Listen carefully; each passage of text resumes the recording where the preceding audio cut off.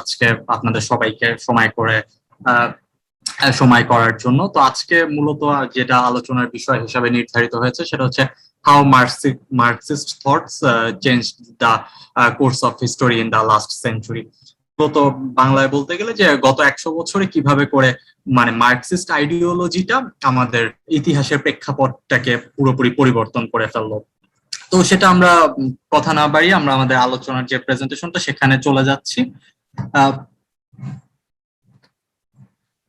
তো প্রথমতই Marxist thought নিয়ে আমরা যখন আলোচনা করব, তো মার্কসিজমটা কি সেটা আমরা একটু বুঝে নিই। মার্কসিজমটা মূলত জার্মান দার্শনিক কার্ল মার্কস, উনি উনার যে আইডিওলজি বা উনার তত্ত্বটাই মূলত মার্কসিস্ট আইডিওলজি আহ, হিসাবে পরিচিত। তো মার্কসিস্ট আইডিওলজিটা মূলত সমতা ভিত্তিক একটা ব্যবস্থা সোসাইটিতে নিয়ে আসার যে ইচ্ছা মার্কস তার আদর্শে, মার্কস মূলত তার রাইটিং বা তার দর্শনে সেটাকে তুলে ধরে। তো আমরা প্রথমেই মার্কসিস্ট আইডিওলজিটা যে সময়টাতে আসলে একটু হিস্টোরিক্যাল ব্যাকগ্রাউন্ডটা যদি দেখি, মার্কসের জন্ম হলো 1818 সালে। ঠিক সেই সময়টা বা তার কিছু সময় আগে থেকে কিন্তু ইউরোপে ইন্ডাস্ট্রিয়াল রেভলিউশনটা মূলত শুরু হয়। আর ইন্ডাস্ট্রিয়াল রেভলিউশনের সময় ইউরোপে তখন আবার এনলাইটেনমেন্ট পিরিয়ডও চলছিল। ইন দ্য মিন টাইম সেই সময়টাকে ইংল্যান্ডে ভিক্টোরিয়ান এজ বলা হয়। তো শিল্প থেকে শুরু করে লিটারেচার সব জায়গাতেই নতুন নতুন তত্ত্বগুলো আসতে থাকে। 1789 সালে আবার ফ্রেঞ্চ রেভলিউশন হয়। তো ফ্রেঞ্চ রেভলিউশনের প্রেক্ষাপটটা মানুষকে নতুন করে লিবার্টি, ইকুয়ালিটির কনসেপ্ট গুলোকে ভাবতে শেখায়। মানুষ তার অধিকার নিয়ে আরো কিছুটা সচেতন হতে থাকে। এমনকি তখন কিন্তু গ্রাম ভিত্তিক কথাগুলো সেগুলো আস্তে আস্তে ভেঙে পড়ছিল। নতুন করে নগরায়ন হতে থাকে। অনেক মানুষ নগরে এসে কাজের জন্য ছুটে আসে বা তারা ইন্ডাস্ট্রি গুলোতে কাজ করছিল।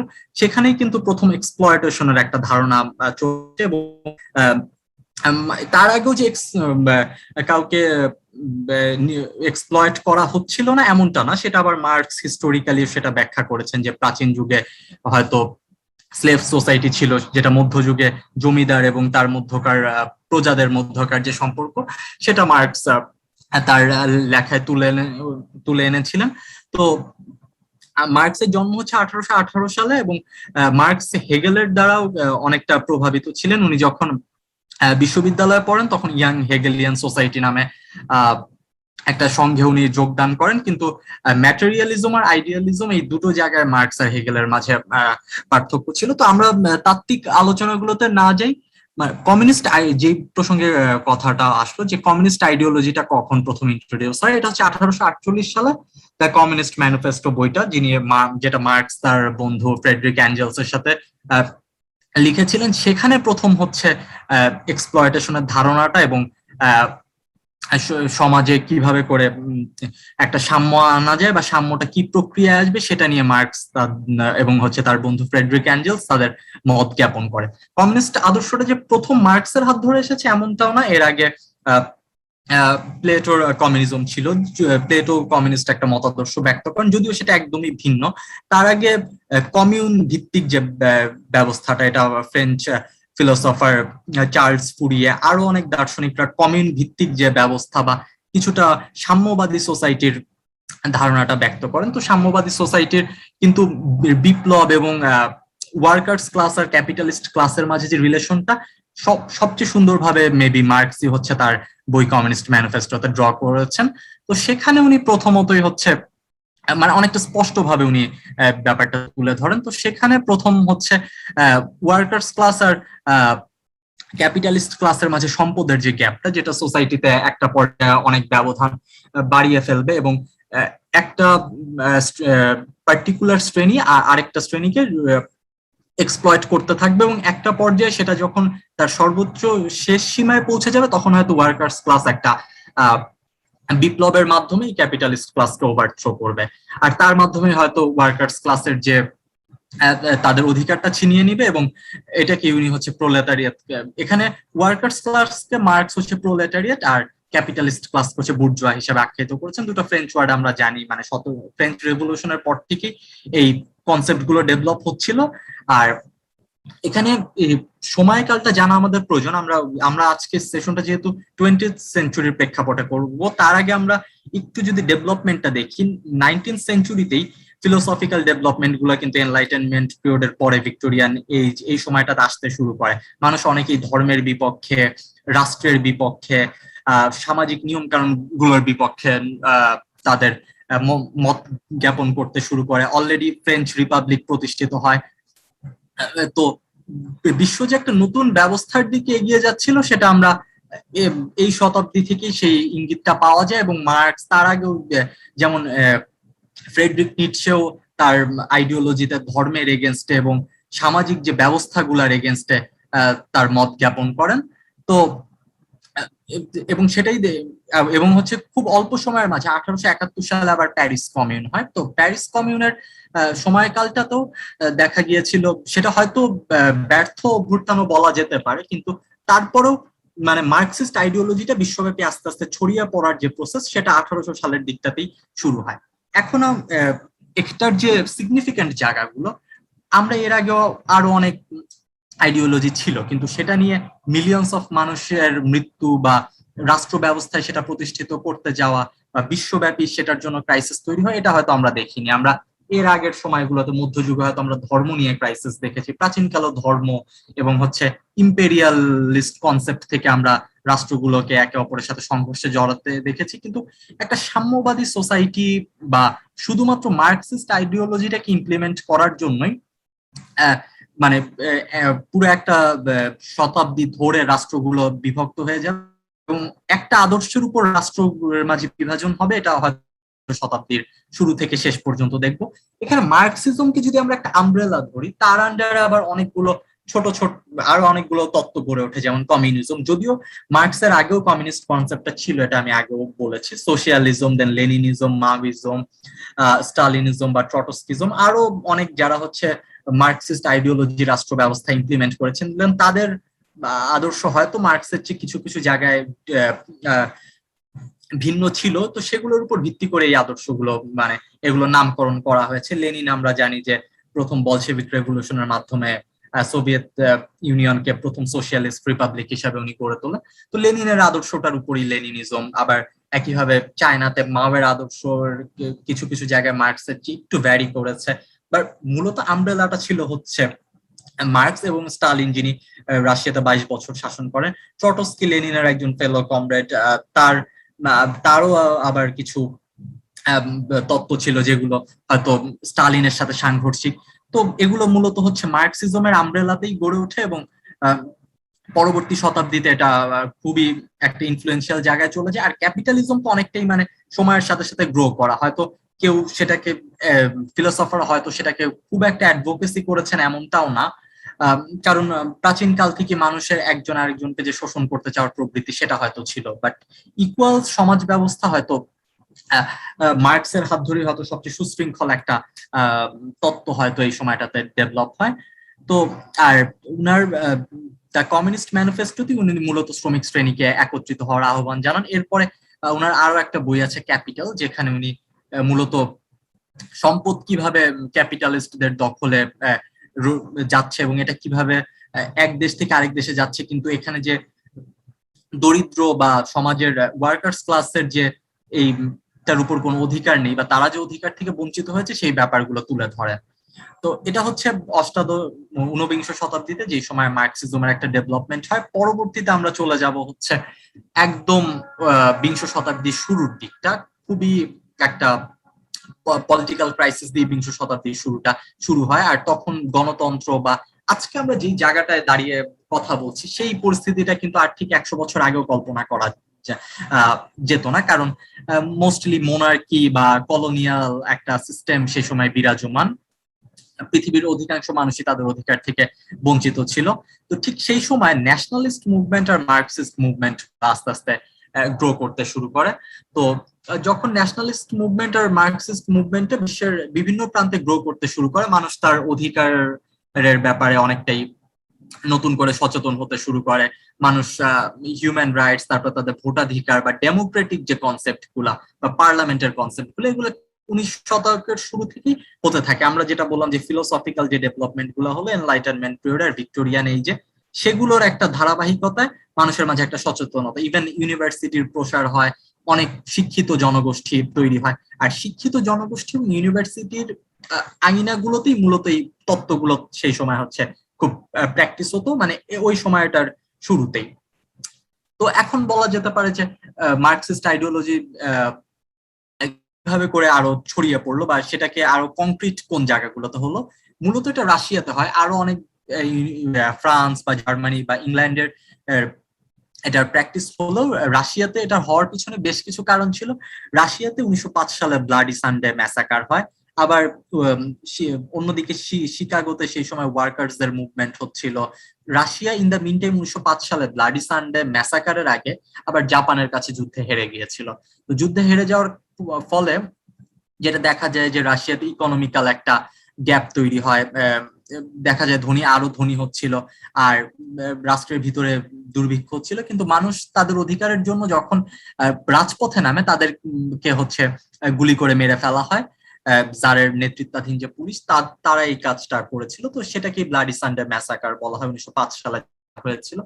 এই জায়গাগুলো মার্কসিজমকে, মার্কসিস্ট আইডিওলজির আন্ডারে যে গড়ে ওঠা পলিটিক্যাল পার্টিগুলো, তাদেরকে তাদের যে এজেন্ডাটা সেটা বাস্তবায়িত হওয়ার পথে আরো কয়েক ধাপ এগিয়ে নিয়ে যায়। তো আমরা যদি একটু দেখি যে মার্কসিস্ট আইডিওলজিটা গত শতাব্দীতে ডেভেলপ হয়ে গিয়েছে, কিন্তু একই টাইমে সেটাকে ইমপ্লিমেন্ট করার জন্য যেটা দরকার ছিল সেটা হচ্ছে পলিটিক্যাল পার্টিগুলো। পলিটিক্যাল পার্টিগুলোর যদি এস্টাবলিশমেন্টের টাইম লাইনটা আমরা দেখি, আমি এখানে অল্প কয়েকটা পলিটিক্যাল পার্টির নেম মেনশন করেছি, যেমন socialist Democratic labour party of Russia, যেটা 1898 সালে হয়েছে। আর পরবর্তী যে পার্টিগুলো প্রতিষ্ঠিত হয়েছে তারা মোস্টলি বলশেভিক রেভলিউশনের পরে, হয়তো বলশেভিকদের বা রাশিয়ান যে কমিউনিস্টরা তাদের হয়তো একটা সহযোগিতা সেখানে ছিল, বাট পুরোটাই 1900 থেকে 1920 সালের মাঝে এটা হবে। আর 1905 সালের আগে থেকেই আমরা যদি লেনিন বলি বা তার সাথে যেসব বা রেভলিউশনারিরা ছিলেন, তারা তারা অনেক দিন ধরেই বিপ্লবের পরিকল্পনা করছিলেন। আমরা ইন দ্য মিন টাইম আমরা যেটা বললাম যে শুধু যেটা রাশিয়াতে হচ্ছিল তাও না, চায়নাতেও ন্যাশনালিস্ট মুভমেন্ট হচ্ছিল। ইভেন কলোনিয়াল যে কান্ট্রিগুলো, যেমন ইন্ডিয়াতেও ন্যাশনালিস্ট যারা ছিল তারা অনেকে হচ্ছে কলোনিয়াল শক্তিগুলোর এগেনস্টে বিচ্ছিন্ন ভাবে কিছু হচ্ছে আন্দোলন করা বা কিছু সন্ত্রাসী কর্মকাণ্ডের লিপ্ত হয়।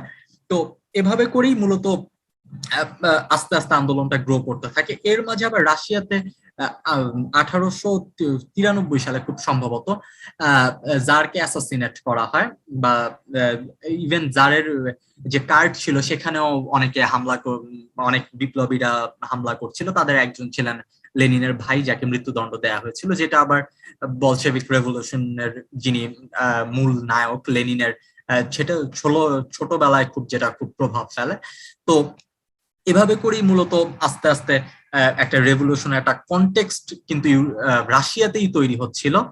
আর এর আগে যেটা প্যারিস কমিউন হয়েছে সেটা অনেকটা ব্যর্থ হয়, সেটা হয়তো কিছুদিন সেটা টিকে ছিল, বাট সেটার কোনো আউটকাম নাই। হতে পারতো যে অন্য আরো অনেক তত্ত্বের মতো মার্কসিজম সেখানেই হারিয়ে যেত যদি বলশেভিক রেভলিউশনটা না হতো। আর ঠিক 1789 সালের পরে প্রথম রাশিয়াতে আমরা হচ্ছে অক্টোবর রেভলিউশন যেটাকে বলা হয়, বলশেভিক রেভলিউশনের আগে আবার মেনশেভিক রেভলিউশন হয়েছিল ঠিক 1917 সালে, যেটার মাধ্যমে জারতন্ত্রের পতন ঘটে। জারতন্ত্রের পতন ঘটলে সেখানে একটা প্রভিশনাল গভর্নমেন্ট হয়েছিল, সেদিকে আমরা যাব না। তা 1914 সালে রাশিয়া যখন প্রথম বিশ্বযুদ্ধে যোগদান করেন, যেটা খুব মানে অ্যাম্বিশাস একটা ডিসিশন ছিল জারের পক্ষ থেকে, আর সেই জিনিসটা কিন্তু জনগণকে আরো বেশি ক্ষোভের দিকে নিয়ে যায়। আর কারণ হচ্ছে অধিকাংশ সোলজারদেরকে বুট এবং হচ্ছে অস্ত্র ছাড়া যুদ্ধ করতে পাঠানো হয়েছিল, আর যার কারণে সোলজাররাও খুব একটা ইচ্ছুক ছিল না এই যুদ্ধে যেতে। ইভেন রাশিয়া বিভিন্ন ফ্রন্টে হেরেও যাচ্ছিল। In the mean time Lenin আবার জার্মানিতে ছিলেন, তো অনেকেও এটা মনে করে থাকেন যে লেনিনকে জার্মানরা সহযোগিতা করেছে।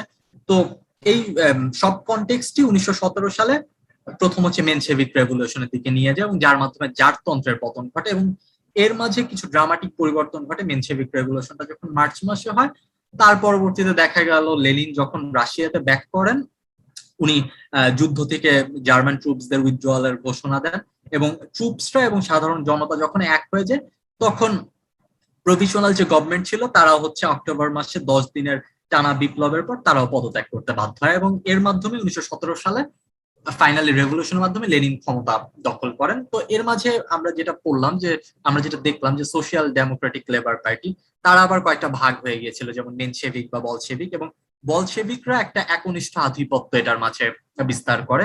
তো এখন এই যে রেভলিউশনটা হলো, এটার মাধ্যমে যে কমিউনিজম রাশিয়াতে প্রতিষ্ঠিত হয়ে গেল তা না, অ্যারিস্টোক্রেট ক্লাসের সাথে এর পরবর্তীতে আবার একটা সিভিল ওয়ার শুরু হয়, এবং সিভিল ওয়ারে লেনিনের খুব কাছের একজন কমরেড ট্রটস্কি হচ্ছে কমিউনিস্টদের যে রেড আর্মি সেটাকে নেতৃত্ব দেন, এবং টানা 5 বছর প্রায় সিভিল ওয়ারটা চলে, এবং সিভিল ওয়ারটা টানা 5 বছর চলার পর 1922 সালে আমরা দেখতে পাই যে ফার্স্ট যে কমিউনিস্ট সোশ্যালিস্ট রিপাবলিকটা ইউএসএসআর সেটা হচ্ছে 1922 সালে প্রতিষ্ঠিত হয়ে যায়।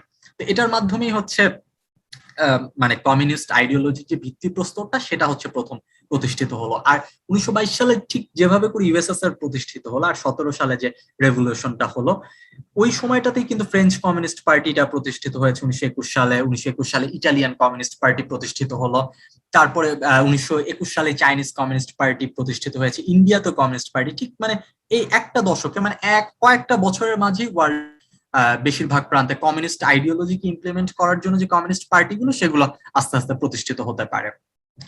আর কমিউনিস্টরা মূলত যেহেতু ইম্পেরিয়ালিজম বা কলোনিয়ালিজমের এগেনস্টে এই আইডিওলজিটা হচ্ছে অনেক বেশি জনগণের মাঝে তখন হচ্ছে সাড়া ফেলতে শুরু করে। তো এভাবেই কমিউনিস্ট আইডিওলজি একটা কংক্রিট পর্যায়ে পৌঁছে যায়, এবং মার্কসিস্ট আইডিওলজিটা প্রথমবারের মতো একটা বাস্তবায়নের পর্যায়ে আসে বলশেভিক রেভলিউশনের পরে। আমরা যদি পরবর্তী প্রেক্ষাপটটা দেখি,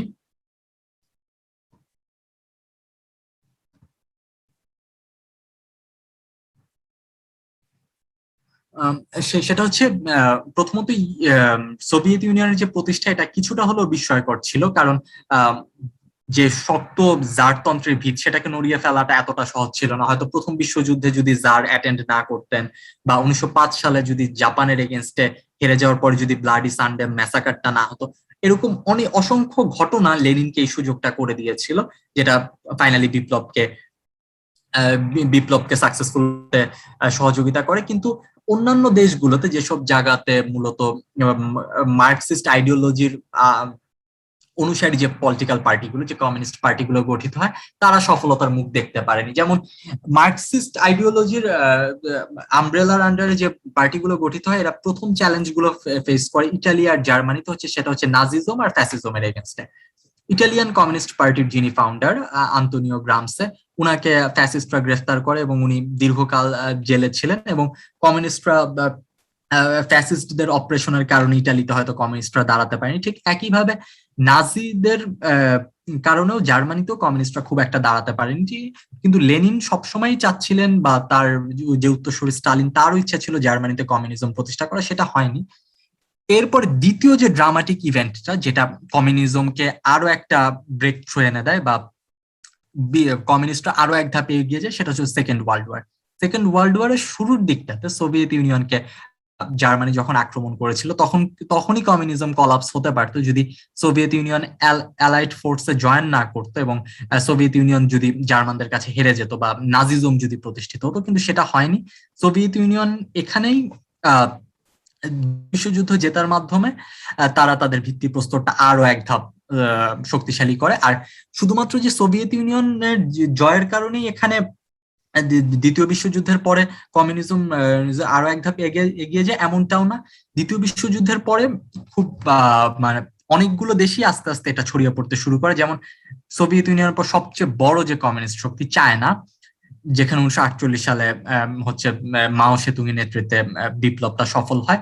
তো চায়নার ন্যাশনালিস্ট পার্টিও যেহেতু জাপানের এগেনস্টে দ্বিতীয় বিশ্বযুদ্ধে একটা ব্যাপক ক্ষয়ক্ষতির সম্মুখীন তারা হয়, তার কারণে তাদেরকে মাও সেতুং এর সাথে অ্যালায়েন্স তৈরি করতে হয়, এবং তারাও অনেকটা জাপান মাঞ্চুরিয়া দখল করার পর 1936-এ জাপানের সাথে ওয়ারের পর তারাও অনেকটা দুর্বল হতে থাকে।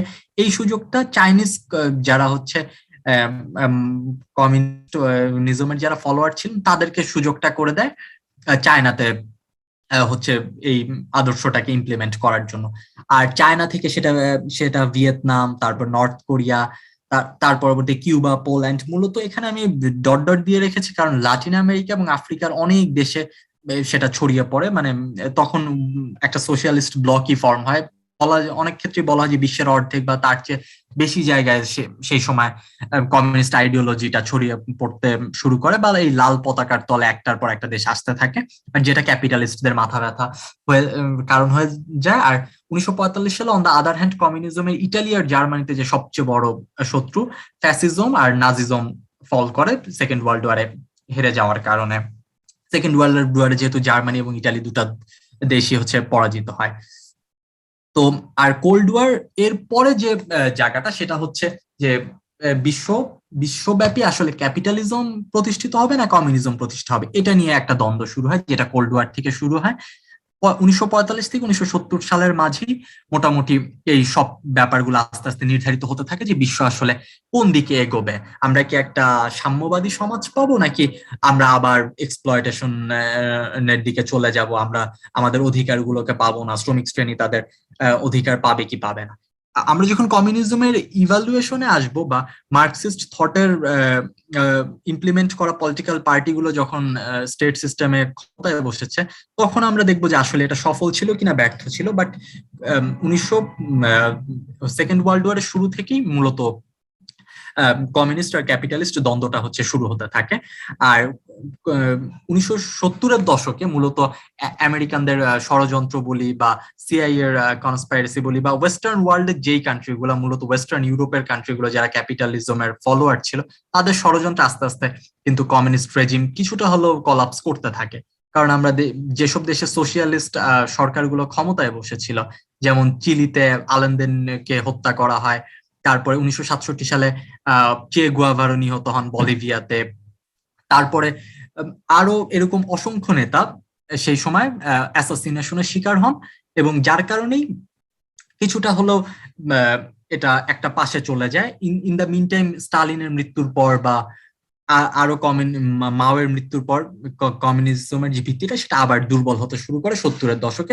মাও মারা গিয়েছিল 1970 সালে, বাট এই সময় ভিত্তিটা দুর্বল হতে শুরু করে। আর কমিউনিজম দুর্বল হওয়ার পাশাপাশি যে তাদের যে শত্রু ক্যাপিটালিস্ট ওয়ার্ল্ড, তারা কিন্তু খুব দ্রুত in the mean time grow করছিল। তারা ইকোনমিক্যালি হোক বা টেকনোলজিক্যালি হোক সব দিক থেকেই তারা এগিয়ে যাচ্ছিল, যেটা আবার হচ্ছে আমরা যেটা দেখলাম যে কমিউনিজম খুব দ্রুতই মানুষের কাছে কেন হচ্ছে ওয়ার্কার্স ক্লাসের কাছে জনপ্রিয়তা পেল, কারণ সেটা একটা সাম্যবাদী কনসেপ্ট নিয়ে এসেছিল। কিন্তু সেটা সাম্যবাদ কতটা বাস্তবায়ন করতে পেরেছে কি পারেনি সেটা আরেকটা ইভ্যালুয়েশনের ব্যাপার। কিন্তু ক্যাপিটালিস্ট ওয়ার্ল্ডের যে ইনিশিয়েটিভ গুলো, টেকনোলজি বা গণতন্ত্র বা মানুষেরকে আরো বেশি তাদের অধিকার প্র্যাকটিস করার সুযোগ দেওয়া, সেগুলো মানুষকে আরো একবার হচ্ছে ক্যাপিটালিজমের দিকে ঝুঁকে যাওয়ার একটা স্পেস তৈরি করে দেয় মূলত।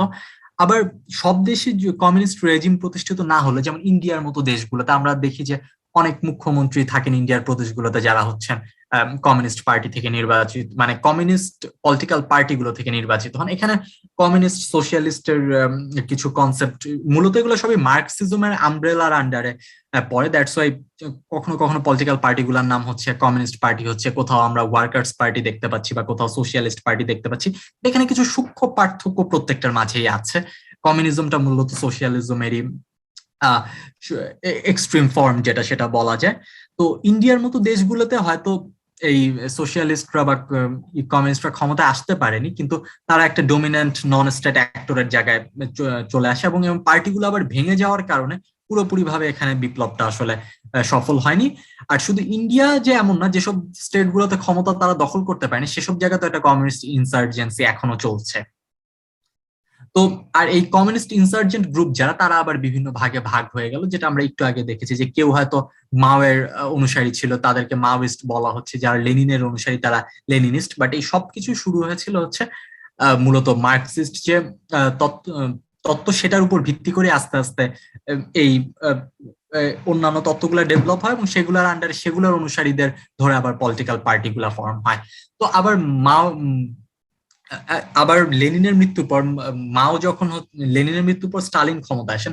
স্টালিন আবার কিছুটা একপেশে এবং একটা ডিক্টেটোরিয়াল রেজিম প্রতিষ্ঠা করেন। On the other hand 1960s communist ওয়ার্ল্ডেও লিডারশিপ নিয়ে কিছু ক্ল্যাশ তৈরি হয় মাও এবং স্টালিনের মাঝে। এজন্য তারা আবার তাদের নিজস্ব অনুসারী গ্রুপ তৈরি করার জন্য হচ্ছে পলিটিক্যাল পার্টিগুলোকে ফাইন্যান্স করছিলেন। তো এই কারণেই হচ্ছে এর মাঝে আবার কিছু বিভাজনও তৈরি হয়। তো এরকম বিশ্বের বিভিন্ন প্রান্তে অনেক ইনসার্জেন্ট গ্রুপও তৈরি হয় এইসব নেতাদের ফাইন্যান্সিং এ। তো আমরা নেক্সট যেটা দেখবো যে সেটা হচ্ছে ফাইনালি কমিউনিজম কিভাবে কলাপস করলো। কারণ হচ্ছে 70-এর দশক পর্যন্ত আমরা যেটা দেখেছি যে সেটা communism was likely to dominate the world. এখানে এমনও হতে পারতো আজকে যে আমরা ক্যাপিটালিস্ট ওয়ার্ল্ডে বসবাস করব না, হয়তো পুরো বিশ্ব লাল পতাকার তলে চলে আসতে পারতো, বাট সেটা আর হয়নি। 70-এর দশকের পর থেকে আস্তে আস্তে এটা তার যে মানে ডিক্লাইনটা সেটা আস্তে আস্তে দেখতে শুরু করে। বাট ডিক্লাইনটা দেখতে শুরু করলে এটার প্রভাবটা কি আজও আছে কিনা সেটা আমরা আরো কিছুটা পরে আলোচনা করব। আর মূলত 1991 সালে সোভিয়েত ইউনিয়ন ভেঙে যাওয়াটা কি ধরে নেওয়া হয় যে কমিউনিস্ট দুর্গের পতন। কিন্তু এই সোভিয়েত ইউনিয়ন পতনের প্রেক্ষাপটটা কিভাবে তৈরি হলো এটা জানার জন্য অনেকেই দায়ী করেন যে এটা হচ্ছে আফগান ওয়ারের জন্য হয়েছে। আফগান ওয়ার এটার one of the major reasons. But এটা ছাড়াও সোভিয়েত ইউনিয়নের ভিতরে ইন্টারনাল ক্ল্যাশ তৈরি হয়। মানুষ আরো বেশি গণতন্ত্র চাচ্ছিল, ওয়েস্টার্ন স্টাইলের ডেমোক্রেসির প্রতি সবাই ঝুঁকে পড়ছিল, তারপরে বেকারত্ব তৈরি হচ্ছিল। তো এইসব জায়গাগুলো কিন্তু সোভিয়েত ইউনিয়নের ইন্টারনাল জায়গাগুলো একটা একটা হচ্ছে ক্রাইসিস সিচুয়েশন তৈরি করে। আর আফগান ওয়ারে যেটা হয়, ইভেন আফগান ওয়ারের আগে আমরা যে প্রেক্ষাপটটা দেখি, মানে মুসলিম বিশ্বের সাথে কিন্তু কমিউনিস্ট আইডিওলজির কিছুটা হলো একটা দ্বন্দ্ব দেখা যায়। কিন্তু আফগানিস্তানে যখন কমিউনিস্ট সরকার আসে 1979 সালের দিকে, 1979 সালের পরবর্তীতে, তো তখন কিন্তু বোঝা যায় যে মুসলিমরা বা কিছু ওয়ার্ল্ডের কিছু কিছু প্রান্তের মানুষ হয়তো কমিউনিজমকে সেভাবে করে অ্যাকসেপ্ট করতে পারেনি, এবং সেখানে জোর করে ইমপ্লিমেন্ট করতে যেই কিন্তু কমিউনিজম আরো তার মানে যে পতনটা হয়তো আরো ত্বরান্বিত হয়। আবার সব জায়গাতে যে কমিউনিস্ট আইডিওলজি ইমপ্লিমেন্ট করতে যে অনেক ক্ষেত্রেই দেখা যায়, যেমন কম্বোডিয়ার উদাহরণ যদি আমরা দিই, পলপট সেখানে গণহত্যা চালান। তারপরে শুধু যে কম্বোডিয়ার পাশাপাশি আফ্রিকার অনেক কান্ট্রিগুলো তো এরকম প্রেক্ষাপট দেখা গিয়েছে যে মূলত তারা তাদের আদর্শের চেয়েও বেশি হচ্ছে তারা ক্ষমতার যে প্রতি যে লোভ বা লিপ্সাটা সেটাকে তারা অনেক বেশি প্রায়োরিটাইজ করে ফেলে। তারা তাদের আদর্শ ভুলে যে মূলত ক্ষমতা অ্যাকোয়ার করতে যে ব্যাপক হারে গণহত্যা চালায়। তো এইসব জিনিসগুলোই মানুষকে কমিউনিজম থেকে মুখ ফিরিয়ে নিতে আস্তে আস্তে মানুষ আস্তে আস্তে মুখ ফিরিয়ে নিতে শুরু করে। যেমন হচ্ছে আমরা যদি 1920 সালে আমরা যেটা দেখলাম যে 1920 সালে কমিউনিস্ট পার্টিগুলো প্রতিষ্ঠিত হলো, বিশ্বব্যাপী আদর্শটা ছড়িয়ে যেতে শুরু করে। ঠিক একইভাবে যেমন 1990-এর দশকটা, এই সময় কমিউনিজম তার ফাইনাল পতনের দিকে চলে আসে। কারণ ফল অফ বার্লিন ওয়াল, মানে জার্মানি আবার হচ্ছে একত্রিত হয়। তারপরে টিয়ান নানমেন হচ্ছে স্কয়ার প্রোটেস্ট 1989 সালে। আবার যুগোস্লোভিয়া, রাশিয়ার সবচেয়ে বড় অ্যালাই, তারা 1992 সালে ভেঙে যায়। আর গ্লোবালাইজেশন আর এক্সপানশন অফ টেকনোলজি, যেটা আমি বলছিলাম যে এটার কারণেও এটা কিন্তু কমিউনিস্ট ওয়ার্ল্ডে সেভাবে করে প্রসারিত হয়নি, কারণ তারা কিন্তু অনেকটাই বিশ্ব থেকে এক ঘরে হয়ে গিয়েছিল। আবার টেকনোলজিক্যালি তারা খুব একটা অ্যাডভান্সড ছিল না, যেটা তাদের কলাপসের অন্যতম আর একটা রিজন। আর যুগোস্লোভিয়ার পাশাপাশি হাঙ্গেরি, পোল্যান্ড, ইস্টার্ন ইউরোপের যে কান্ট্রিগুলো, সেসব দেশগুলো মোটামুটি 90-এর দশকে আবার কমিউনিস্ট রাষ্ট্র ব্যবস্থা থেকে বের হয়ে আসতে থাকে। তারা লাল পতাকা থেকে বের হয়ে আবার হচ্ছে তারা ডেমোক্রেসি বা ওয়েস্টের যে ব্লকটা, মানে ওয়েস্টার্ন আইডিওলজি গুলোর সাথে আবার অ্যাডপ্ট করতে শুরু করে। বার্লিন ওয়ালের ফলে জার্মানি আবার হচ্ছে এক হয়ে যায়। তো এভাবে করেই 91 সালের দিকটাতে মোটামুটি বিশ্বের বেশিরভাগ দেশের শাসন ব্যবস্থা একটা পরিবর্তন আসে। এর মাঝে কয়েকটা দেশ আবার এই চেঞ্জের সাথে তারা হচ্ছে অ্যাগ্রিড হয়নি, যার মাঝে একটা হলো নর্থ কোরিয়া, কিউবা, আরো কিছু কিছু দেশ, ভিয়েতনাম। যদিও তারা তাদের পলিসি গুলো কিছুটা চেঞ্জ করেছে সময়ের সাথে সাথে। তো সেটা যদি আমরা বলি, এখন আমরা আসবো যে এটা ইভালুয়েশনে আসলে কি এই যে 100 বছরের ইতিহাসটা চেঞ্জ হয়ে গেল, এটা কিন্তু চেঞ্জ নাও হতে পারতো। এখন কমিউনিজম কলাপস করা মানে কি এটা, যেটা ব্যর্থ হলো এটার ইভালুয়েশনে যদি আমরা বলি যে না, সব ক্ষেত্রে ব্যর্থ হয়নি, কারণ এখনো অনেক দেশে সোশ্যালিস্ট পলিটিক্যাল পার্টিগুলো আছে যারা হয়তো ইলেকশনে জিতছে, হয়তো কনস্টিটিউশনে সোশ্যালিস্ট ভ্যালু গুলোকে সেভাবে করে এখনো স্বীকৃতি দেওয়া হয় না, কিন্তু সেই সব পলিটিক্যাল পার্টিগুলোর জনপ্রিয়তা আছে। নর্ডিক স্টেট গুলোর অনেক পলিসি গুলো অনেকটাই হচ্ছে এই মানে সাম্য, মানুষের অধিকার এই আদলে তৈরি করা। তারপরে এখনো বিশ্বব্যাপী অনেক সোশ্যালিস্ট রিপাবলিক রয়েছে। হয়তো এখন সবাই মুক্তবাজার অর্থনীতি বা গ্লোবালাইজেশনের যুগে এটার সাথে তাল মেলাতে ওই একদম হার্ড মানে অ্যাবসলিউট যে কমিউনিস্ট ভ্যালু গুলো সেখান থেকে বের হয়ে এসেছে, বাট এটা ব্যর্থ হয়েছে বা সেই জায়গাটা বলার মতো সুযোগটা আসলে অ্যাকচুয়ালি নেই। আর এখন কথা হচ্ছে কমিউনিজম কি সফল ছিল কিনা সেটা নিয়ে একটা কথা, একটা বিষয় চলে আসে যেসব দেশগুলোতে কমিউনিস্ট আইডিওলজি ইমপ্লিমেন্ট করা হয়। যেমন সোভিয়েত ইউনিয়ন বলি বা চায়না যদি আমরা বলি, সেসব দেশে মিলিয়ন্স অফ মানুষ মারা গিয়েছিল শুধুমাত্র ডিক্টেটরদের ভুল পলিসি মেকিং এর কারণে বা তাদের অনেক বেশি ক্ষমতা লিপসার কারণে। আর তারপর কাম্বোডিয়ার কথা যেটা আমরা বললাম, ইভেন উত্তর কোরিয়া তাতে কমিউনিস্ট রেজিম প্রতিষ্ঠিত হয়েছে, বাট জনগণের অধিকার প্রতিষ্ঠিত হয়েছে বা যে ভ্যালুস গুলো নিয়ে মার্কস আসলে আহ মার্কস চেয়েছিলেন বা অন্যান্য যারা হচ্ছে মার্কসিস্ট ইডিওলজির যারা সাপোর্টার রয়েছেন, থিঙ্কার রয়েছেন বা অ্যাডভোকেট রয়েছেন, তারা যেটা চেয়েছিলেন সেটা প্রতিষ্ঠিত হয়েছে কিনা সেটা যদি আমরা ইভ্যালুয়েট করতে যাই, ওই রেজিম গুলোকে যদি আমরা ইভ্যালুয়েট করি, অনেক ক্ষেত্রে আমরা দেখতে পাবো যে না, মানুষ তার অধিকার পায়নি বা শ্রমিকও তার অধিকার পায়নি, বা অনেক ক্ষেত্রে সেসব রাষ্ট্রগুলা ব্যর্থ হয়েছে। যে ইভেন মানুষের মুখেও তারা খাবার তুলে দিতে পারেনি, কারণ চায়নাতে হচ্ছে ফেমিনে প্রায় কয়েক মিলিয়ন মানুষ মারা যায়। রাশিয়াতেও হচ্ছে ব্যাপক ধরপাকড় হয় 1927-28 সালের সময়টাতে, যখন স্টালিন ক্ষমতা আসার কিছুদিনের মাথায়। আর মূলত কমিউনিজমের নামে বিশ্বব্যাপী শোষণ হয়েছে। ভিয়েতনামে কমিউনিস্ট রেজিম প্রতিষ্ঠার জন্য হোচিমিনের বিপক্ষের যে বিরোধী যে দল ছিল, সেখানে যুদ্ধে মোর দেন মিলিয়ন্স অফ মানুষ মারা যায়। তো এবার আমরা যদি আসি যে এই যে এত মানুষের মৃত্যু এবং ফাইনালি ক্যাপিটালিজম অনেক বিজয়ী বলা যায়, তো এই একটা এই সবকিছুই কিন্তু তৈরি হলো ঠিক মার্কস 100 বছর আগে, 100 না, প্রায় আজ থেকে আরো 150 বা 170 বছর আগে যে তত্ত্বটা দাঁড় করিয়েছিলেন সেটাকে ইমপ্লিমেন্ট করতে গিয়ে কিন্তু মানুষ উম, আহ, এতগুলো যুদ্ধ করলো বা এত মানুষ মারা গেল বা এতগুলো স্টেট সিস্টেম চেঞ্জ হয়ে গেল। বা তো সেজন্যই আমার কাছে মনে হয়েছে যে বিগত 100 বছরের ইতিহাসটা মূলত মার্কসিস্ট থটটাই এটাকে শেপ দিয়েছে। আদারওয়াইজ হয়তো হিস্টোরি ফ্লোটা এভাবে করে এরকমটা হতো না, সেটা হয়তো অন্যরকম কিছু হতে পারতো। তো আহ, এটা বলেই আমি আমার বক্তব্যটা শেষ করতে চাচ্ছি। আর সবাইকে ধন্যবাদ আপনাদের সময় দেওয়ার জন্য।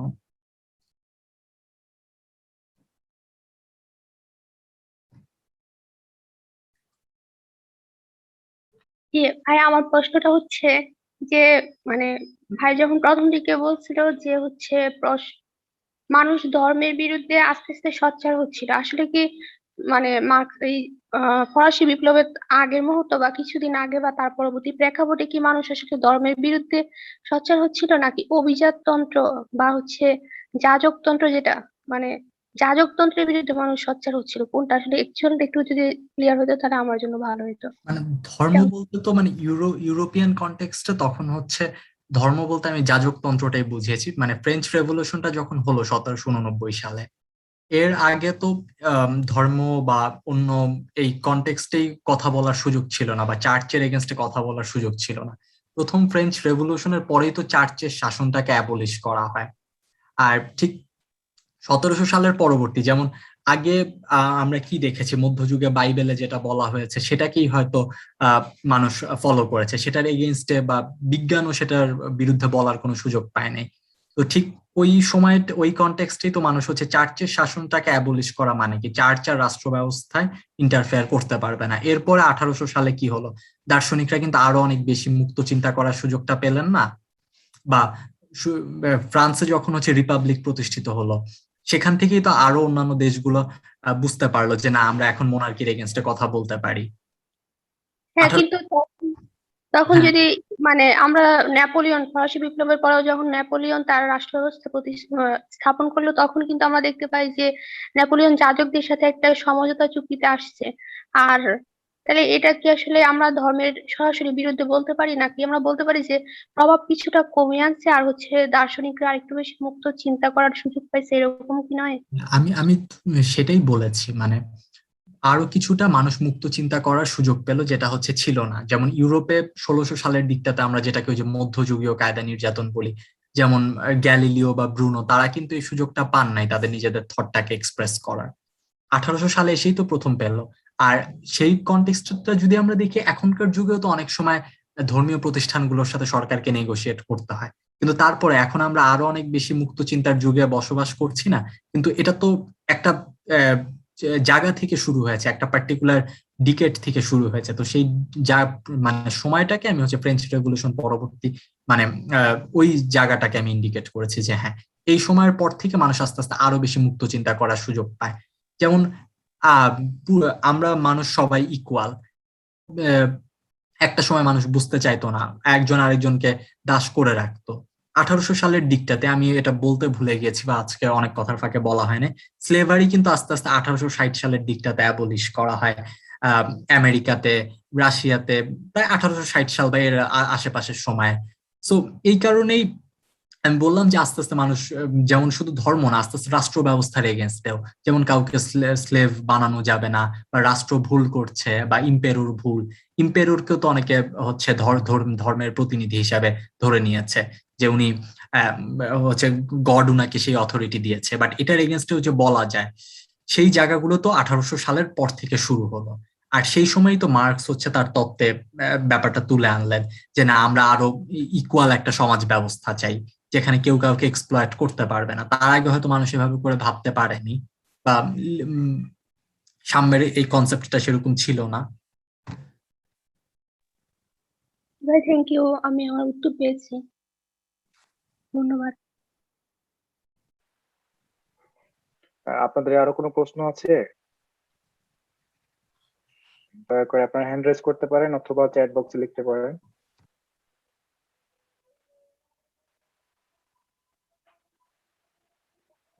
রনু ভাই, আপনার কোনো প্রশ্ন আছে? ভাই আমার একটা কোশ্চেন ছিল। হ্যাঁ, বলো ভাই।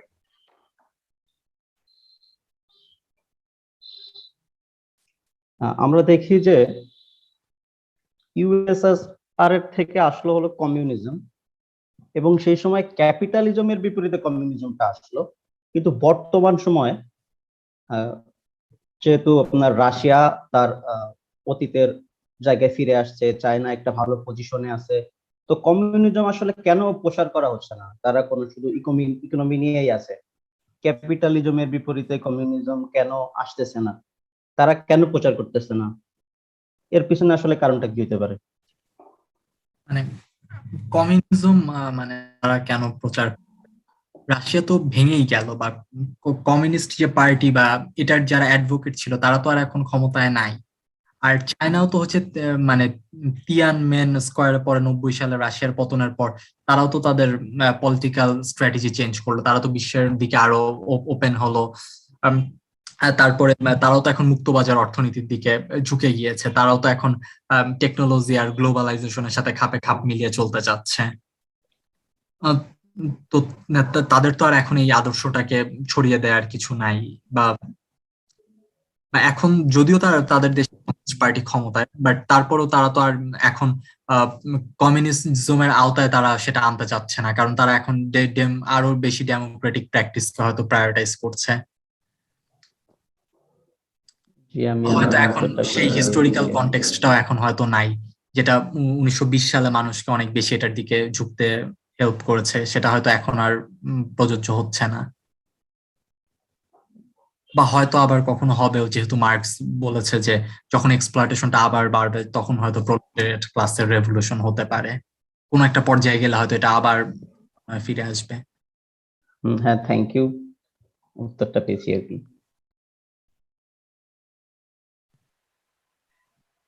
আর কারো কোনো প্রশ্ন আছে?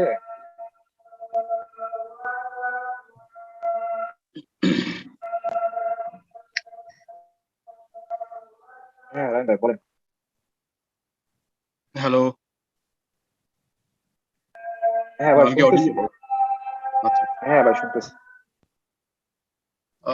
আমি জানি না এটা প্রশ্ন নাকি মতামত নাকি কোনো নোট, আমি ঠিক শিওর না এটা। আর ফার্স্টে হইলো সবসময় মতো যে বদিকে ধন্যবাদ দিই, বদি যে এই টাইপ সেশন গুলো যে সপ্তাহে সপ্তাহে আমাদের জন্য নিয়ে আসে, মানে এটা হইলো আর কি মানে অনেক বড় বিষয় আর কি। আমি ওই জায়গা থেকে এটা কতটা কঠিন প্রতি সপ্তাহে সপ্তাহে জিনিসটা ম্যানেজ করা, এই জন্য সবসময় ধন্যবাদ প্রাপ্য ওর। এটা গেল এক। আর 2 নাম্বার হলো যে পিচ্চিটা এটা নিয়ে আলোচনা করলো সাইফ, যদি আমার নাম ভুল না হয়, সাফিন সাইফ। এইটা আমি বলবো যে অনেকটা এই ফ্রেঞ্চ রেভলিউশন, তারপরে রাশিয়ান রেভলিউশন বা যেগুলোই হোক ওই রকম একটা আর কি কাজ হয়েছে ও আজকে যেটা করছে। মানে ওই রকম একটা রেভলিউশনারি টপিক ছিল এটা, যে আমি এখনো এটা নিয়ে যদি আমাকে কেউ আলোচনা করতে দেয়, আমি মানে স্ট্রেট মানা করেই দিব সোজা বাংলায়, মানে সম্ভব না আমার জন্য এই টপিক নিয়ে আলোচনা করা। কিন্তু বাচ্চাটা এটা মানে একদম একটা অ্যাটেম্প্ট করছে, তো এইটাও একটা অনেক বড় প্রেইজ ও দাবি করে। এবং এইটা আমার মনে হয় যে আসলে ও অনেক ভালোভাবে জিনিসটা মেক আউটও করতে পারছে। এইটা হইলো আমার একটা দিক। তো ওকে ওকে কংগ্রেটস, আমি বলবো কংগ্রেটস, থ্যাংক ইউ না, এটা কংগ্রেচুলেশন এত বড় একটা টপিক পারসু করা। আসসালামু আলাইকুম ভাই, থ্যাংক ইউ সো মাচ। আমি মানে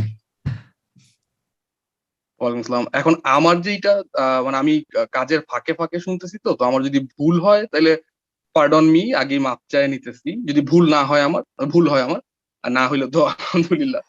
2-3টা জিনিস আমার একটু ক্ল্যারিফাই করা দরকার, মানে জাস্ট আমার নিজের জন্য। একটা হইলো যে তুমি কি বলতেছিলা যে ইটালিয়ান সোশ্যালিস্ট পার্টির প্রতিষ্ঠাতা গ্রামসি, নাকি বলতেছিলে ইটালিয়ান কমিউনিস্ট পার্টির প্রতিষ্ঠাতা গ্রামসি? ইটালিয়ান কমিউনিস্ট পার্টির প্রতিষ্ঠাতা গ্রামসে।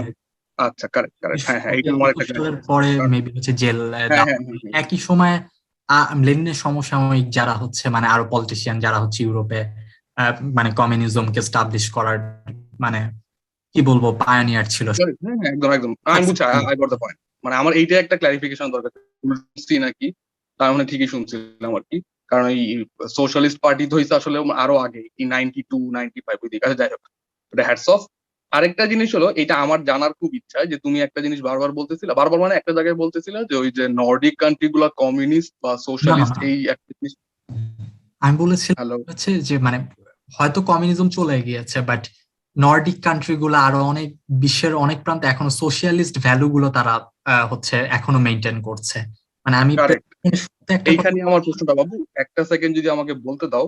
ও আচ্ছা এইখানে আচ্ছা। আমার যে কোয়েশ্চেনটা, আমার যেটা প্রশ্ন, এইটা হলো কি, ধরো তুমি যদি 1215 1215 ম্যাগনা কার্টা দেখো, বা 1628 এর যে পিটিশন অফ রাইট দেখো, এরপরে হজকিন বলে একজন লোক আছে, থমাস হজকিন, 1832 একটা লেখা আছে এরকম, the natural and artificial right of property something contrasted বা এরকম কিছু, বা জন লকের ভেন্ডিটিটোর একটা লেখা আছে, ওইটা 16 সামথিং 1660s দিকে, 1660 বা 61। এর আগেও যদি তুমি সোমা থিওলজি দেখো, থমাস অ্যাকুইনাসের, ইভেন তুমি নিকোম্যাকবিয়ান এথিক্সও দেখো, এই প্রত্যেকটা জায়গায় না রাইটস নিয়ে বলা আছে। তা আমার মনে হচ্ছে, মানে এটা জাস্ট আমার কোয়েশ্চেন, যে তুমি যেটা বলছো সোশ্যালিস্ট ভ্যালু গুলো নর্ডিক কান্ট্রি পারসু করতেছে বা আপহোল্ড করতেছে, আমার পার্সোনাল মতামত, এটা তোমার ডিফাই করতেই পারো, আমার ভুল হইতে পারে। এই যে এতগুলা নাম বললাম না, এই যে রাইট গুলার কথা বলা আছে, এইগুলাকে আমরা যদি সোশ্যালিস্ট থটের সাথে না মিলায়ে জাস্ট একটা রাইট হিসেবে দেখি, এবং যদি অনেকটা লিবারেল পয়েন্ট অফ ভিউ বা নিও লিবারেল পয়েন্ট অফ ভিউ থেকে দেখি, এইটা আমার মনে হয়েছে যে নর্ডিক কান্ট্রি গুলো এইটা পার্সিউ করে রাদার দ্যান সোশ্যালিস্ট থট গুলা। কারণ সোশ্যালিস্ট থট হইলেই কিন্তু ওইখানে তোমার ক্লাস ডিভিশন আসবে, ক্লাসগুলার ভিতর একটা তোমার, মানে আমি মেবি আই এম রং, ক্লাসগুলোর ভিতরে একটা সাম্যতা রক্ষা করার জন্য এগুলা করতে পারে, কিন্তু ওখানে কিন্তু ক্লাসগুলোর ভিতরে কোনো সাম্যতা রক্ষা করা হচ্ছে না। ওখানে অ্যাজ এ মানে জেনারেলি যার যেটা যে যতটুকু এফোর্ড করতে পারে, ওই তোমার এর বাইরে থাকে ধরো তোমার ওই ওটাকে কি বলে ইন্স্যুরেন্স, এর বা হেলথ ইন্স্যুরেন্স বা অন্য যে ইন্স্যুরেন্স গুলো, এগুলা মিলাই টিলাই যেটা করে, তো এটা মনে হয় আমি, মানে আমি জাস্ট এখানে একটা জায়গায় ডিফার করলাম, আই মে বি রং। আর আরেকটা জিনিস হলো, এইটা নিয়ে আসলে ব্যাপক তর্ক হইতো আমাদের মধ্যে, মানে আমরা যখন ছোট ছিলাম, ছোট মানে ফার্স্ট ইয়ার সেকেন্ড ইয়ার, ব্যাপক তর্ক হইতো যে ওই যে কমিউনিজমের পতন, আসলে জিনিসটা যে কমিউনিজম কি আসলে ছিল কিনা।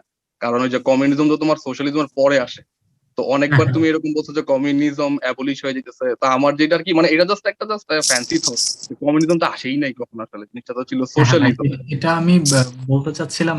ওটাও হচ্ছে কি মানে কমিউনিজম সোশিয়ালিজম ওয়ার্ড গুলা নিয়েও একটু মানে প্রথমত পলিটিক্যাল পার্টি গুলোর নাম তো সাধারণত সোশিয়ালিস্ট পার্টি বা হচ্ছে ওয়ার্কার্স পার্টি, মানে তারা কমিউনিস্ট ভ্যালু বিশ্বব্যাপী আনতে পারুক বা না পারুক, মানে সব পলিটিক্যাল পার্টিগুলোর নাম কমিউনিস্ট পার্টি, এটা একটা জিনিস আমি একটু খেয়াল করলাম হোমওয়ার্ক করার সময়।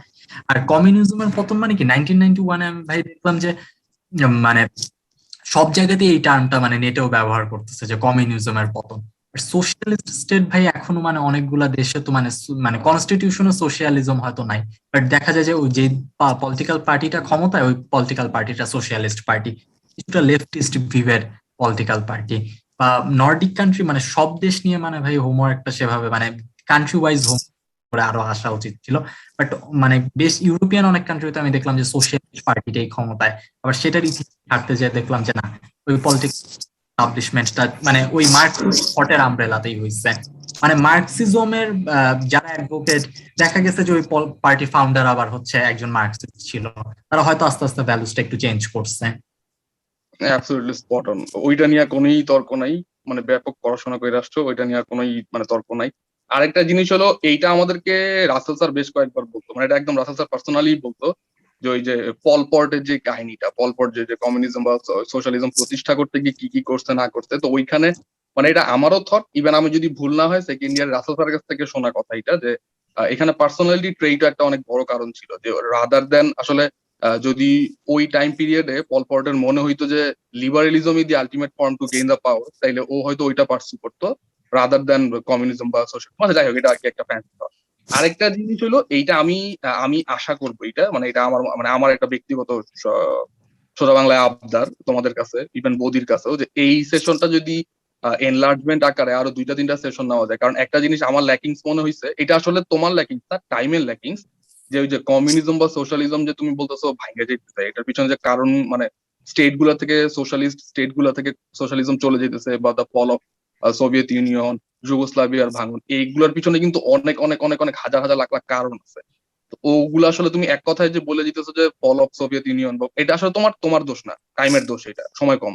তো এইটা নিয়ে আমার মনে হয়েছে যে বদিও শুনতেছে, যে এটা নিয়ে আসলে আরো সেশন হওয়া উচিত, যে এই ফলগুলার আসলে ব্যাখ্যা করা, যে শুধু সোভিয়েত ইউনিয়ন কেন ফল করে গেল। কারণ এই যে সৌদি তেলের দাম কমাই দিছিল, এইটাও কিন্তু একটা অনেক বড় কারণ এটার পিছনে, মানে আমি জানি এটা কেউ খেয়াল করে কিনা, যে 86-87 এর দিকে সৌদি মানে ওই জোট যেটা, ওরা তেলের দাম অলমোস্ট ড্রপ 4 টাইমস, 4 ভাগের 1 ভাগ করে দেয়। আর রাশিয়ার তখন সবচেয়ে বড় ব্যবসায়ী ছিল এই তেল গ্যাস, ইভেন এখনো। এই মানে অনেক ধরনের কারণ হতে পারে, যে ফলগুলো নিয়ে, বা যুগোস্লাভিয়ার ফল আসলে কি কমিউনিজম সোশ্যালিজমের ব্যর্থতা, নাকি ওই যে ইনবিল্ট ওইখানে যে এথনিক কারণগুলা ছিল, অনেকগুলো এথনিক গ্রুপ একসাথে জোড়া লেগেছিল, মানে এটা হচ্ছে টাইমের দোষ, এটা কারোরই দোষ না। এই জিনিসগুলো আমার মনে হয় আরো আলোচনা হওয়া উচিত, এবং তুমি মনে হয় ভালো করতে পারবা, যেহেতু তুমি কান্ট্রি স্পেসিফিক্যালি। তো দ্যাটস অল, আমি যদি উল্টাপাল্টা কিছু বলে থাকি এর জন্য সরি, কারো যদি সময় নষ্ট হয়ে থাকে এর জন্য সরি। আর আবার ওই যে রুনু ভাই আছে, রুনু ভাইকে থ্যাংক ইউ, রুনু ভাই সেশন সবসময় থেকে বাচ্চাদেরকে সাহস দেয়। উনি থাকলে নার্ভাস ফিল করি, এটা একটা বড় ব্যাপার। আমি হুজুর এর তুই জন্য যাস না, আমার আলাপ আছে। আসসালামু আলাইকুম ভাই। ওয়ালাইকুম আসসালাম হুজুর।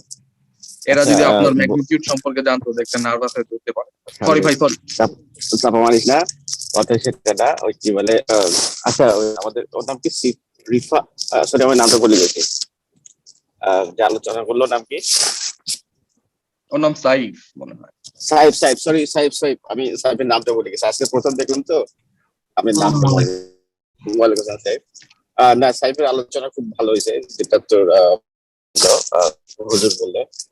আচ্ছা, আমি কি হুজুর বলছি বলে তোমরা আমাকে ভুল বোঝো না, ওর সাথে আমার রিলেশনটা এরকম দুষ্টামের একটা রিলেশন, সেই জন্য আমি হুজুর বলি। আসলে মানে ও হচ্ছে বুদ্ধিভিত্তিক জায়গায় খুবই ট্যালেন্ট একটা ছিল, এবং ওই কারণে আমি ওর অনেক বড়, কিন্তু ওর জন্য আমার বিশাল একটা রেসপেক্ট আছে, যদিও আমাকে বামপন্থী দেয় মাঝে মাঝে সেই জায়গা থেকে।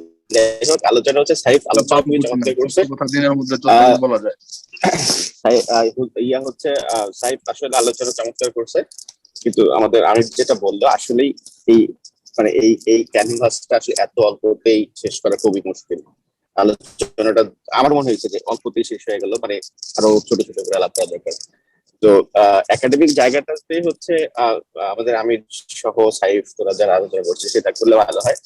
আমার মার্কসিজম পড়ার সময় সবসময় যেই বিষয় মনে হয় যে আলোচনাগুলো মানে একাডেমিক আলোচনার সমস্যাটা, মানে এটা আমার কাছে একটা বড় সমস্যা মনে হয়, যে একাডেমিক আলোচনাটা খুব একাডেমিক জায়গা থেকে করা হয়। ধর আমরা বিশেষ করে ইন্টারন্যাশনাল রিলেশন যারা পড়ে তারা হয়তো এটার সাথে লিবারালিজম মিলায়, এটার সময় রিয়ালিজম মিলায়, আরো কি সব মিলাই টিলাই করতে চায়। কিন্তু মার্কসিজমের নিজস্ব যে একটা গতি আছে, মার্কসিজমের নিজস্ব যে একটা ধ্যান ধারণা আছে, এই জায়গাগুলোতে সঠিক চর্চা আসলে কতটুকু হয় সেই প্রশ্নটা থাকে। কেন থাকে সেই কথা আমি বলি। যেমন এইখানে আমাদের দুইটা প্রশ্ন আসছিল। একটা হচ্ছে যে মানে ধর্মতন্ত্রকে বা যাজকতন্ত্রকে বা ধর্মকে বিরোধিতা করে মার্কসিজম আসলো কিনা, আর একটা হচ্ছে সোভিয়েত ইউনিয়ন কেন ভাঙলো, সোভিয়েত ইউনিয়ন মানে সরি মানে কমিউনিজম কেন ক্যাপিটালিজমকে কাউন্টার করে এখনো তাদের ইডিওলজিক্যাল জায়গাগুলো এস্টাবলিশ করছে। এইগুলোর মৌলিক এগুলোর মৌলিক উত্তরটা আসলে জানা দরকার। জানা দরকার কোন জায়গায়, সেটা হচ্ছে মার্কসিজমের আসলে টেক্সট গুলা কি বলে। সাইদ যেমন কিছু কিছু জায়গায় বলার চেষ্টা করছিল, ও হচ্ছে পেরি কমিউনের কথা বলছে, তারপরে ও লেনিনবাদের কথা বলছে, স্টালিন, তারপরে হচ্ছে তোমার মেনশেভিক বলশেভিক বিপ্লব ইত্যাদি ইত্যাদি।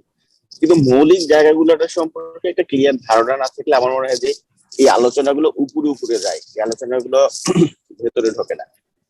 এখন যেটা হয়, আমি হয়তো অনেক আলোচনা করছি, আমি দেখছি যে একটা তর্ক হয় মার্কসিজম খারাপ, মার্কসিজম ভালো, ইত্যাদি ইত্যাদি।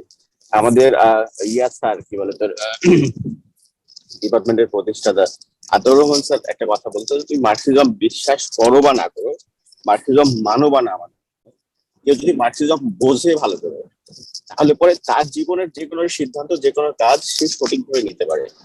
কেন নিতে পারে? কারণ হলো মার্কসিজম চর্চা, আমি সহজ ভাষায় যেটা বলি, একটা বড় জায়গা হচ্ছে যে বলে যে প্রধান দ্বন্দ্ব এবং অপ্রধান দ্বন্দ্ব, অর্থাৎ মানুষের জীবনে নানান রকমের সমস্যা তৈরি হয়। যেমন এখন ভার্সিটি লাইফে একটা জিনিস হয়, একটা ছেলে পেলে ধর আমি পড়াশোনা ভালো করে করবো নাকি আমি বিসিএস এর জন্য করবো, আচ্ছা, আবার আমি স্যারদের পেছন ঘুরবো নাকি আমি লাইব্রেরি গিয়ে পড়াশোনা করবো, কিংবা আমি আমার ওই বান্ধবীটাকে পছন্দ করবো নাকি জুনিয়রকে পছন্দ করবো, আমি বড় ভাইয়াটাকে পছন্দ, মানে ইত্যাদি নানান লাইফের যে ক্রাইসিস গুলো তৈরি হয়, এই ক্রাইসিসটাও কিন্তু মার্কসিজমের এই যে প্রধান দ্বন্দ্ব এবং অপ্রধান দ্বন্দ্ব, এইটা দিয়ে বিচার করা যায়। অর্থাৎ মানে আমার একটা সিচুয়েশন তৈরি হইলো, সেই সিচুয়েশনটাতে আমি আসলে কিছু সময় হয় না একটা ডিলেমা তৈরি হয়, এইটা নাকি ওইটা।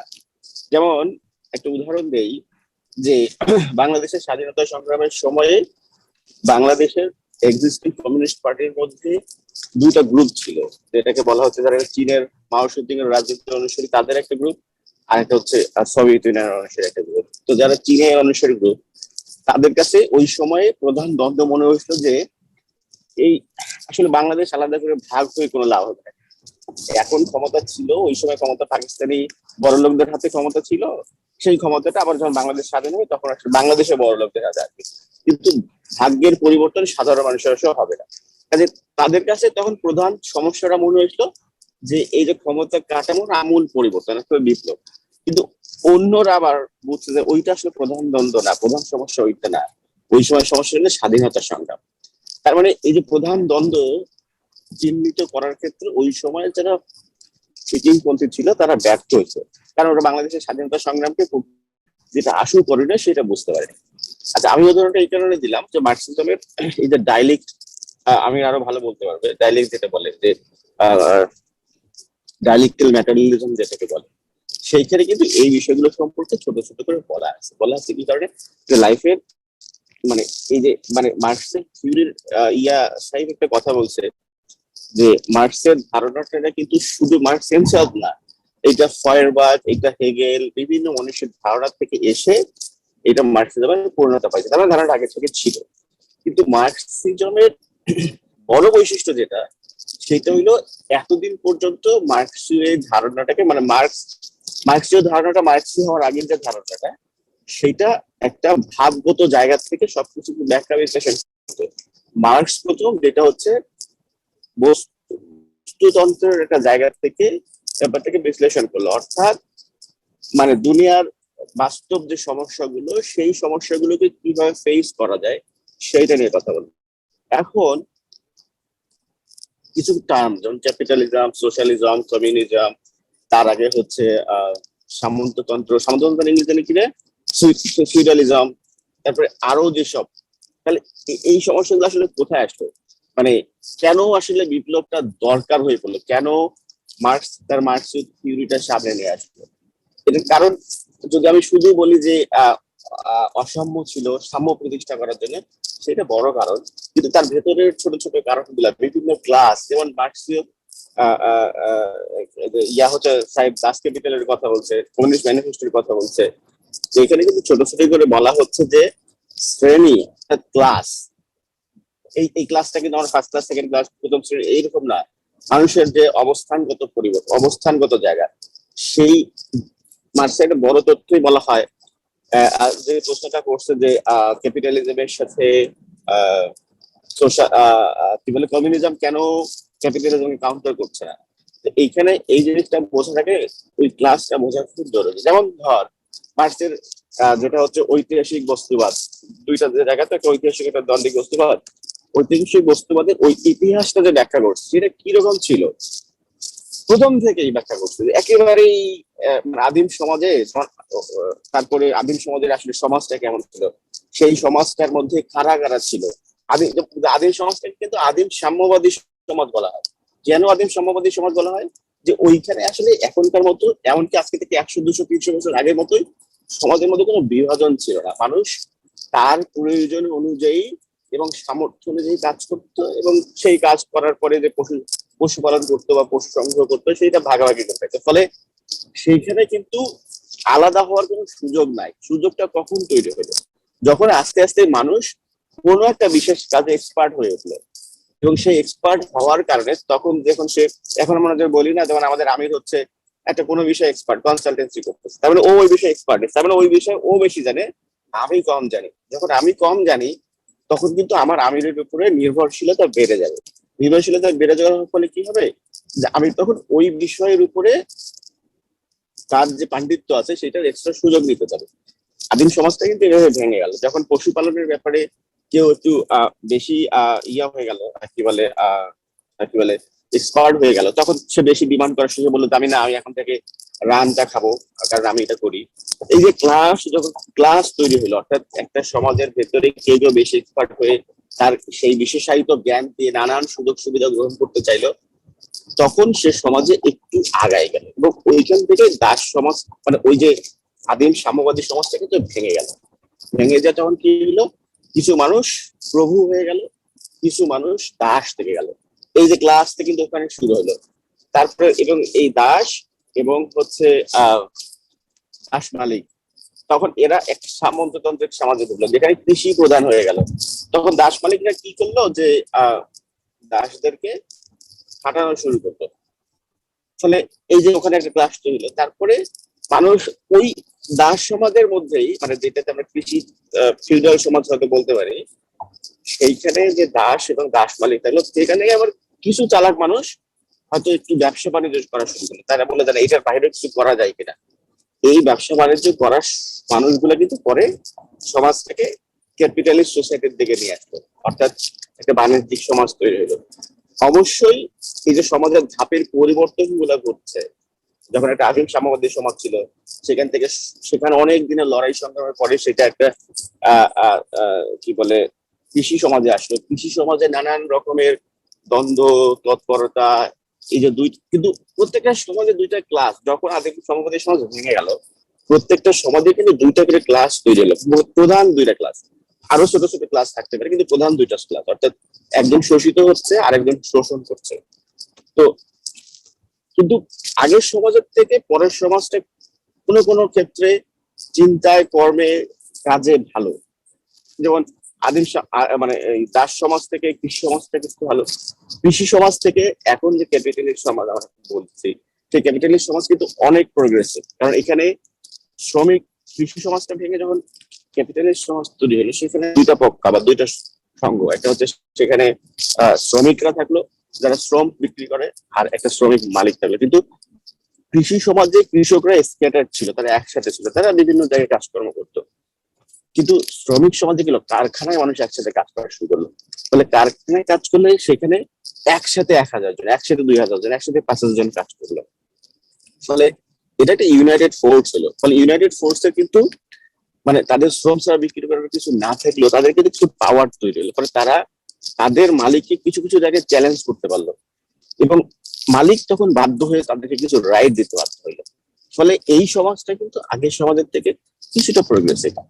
এবং মার্কস বলছে, যেটা আমি, এইটা আসলে সমাজটা আসলে কোথায় যাবে, মানে মার্কসের ধারাবাহিকতাটা মার্কস বলছে যে এই যে আদিম সাম্যবাদী সমাজ, তারপরে কৃষি সমাজ, তারপরে ক্যাপিটালিস্ট সমাজ, এবং ক্যাপিটালিস্ট সমাজের অনিবার্য রূপ হয়ে যাবে হচ্ছে সোশ্যালিস্ট সমাজ।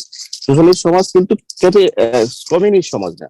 সোশ্যালিস্ট সমাজে কিছু তখনও কিছু মানে ক্যাপিটালিস্ট সমাজের কিছু রেসিডিউ থেকে যাবে, এবং সেটা প্র্যাকটিসের মাধ্যমে কমিউনিস্ট সমাজ হবে, এই কমিউনিস্ট সমাজটা আলটিমেট গোল। তো আমি বোধহয় একটু কথা বেশি বলে ফেললাম।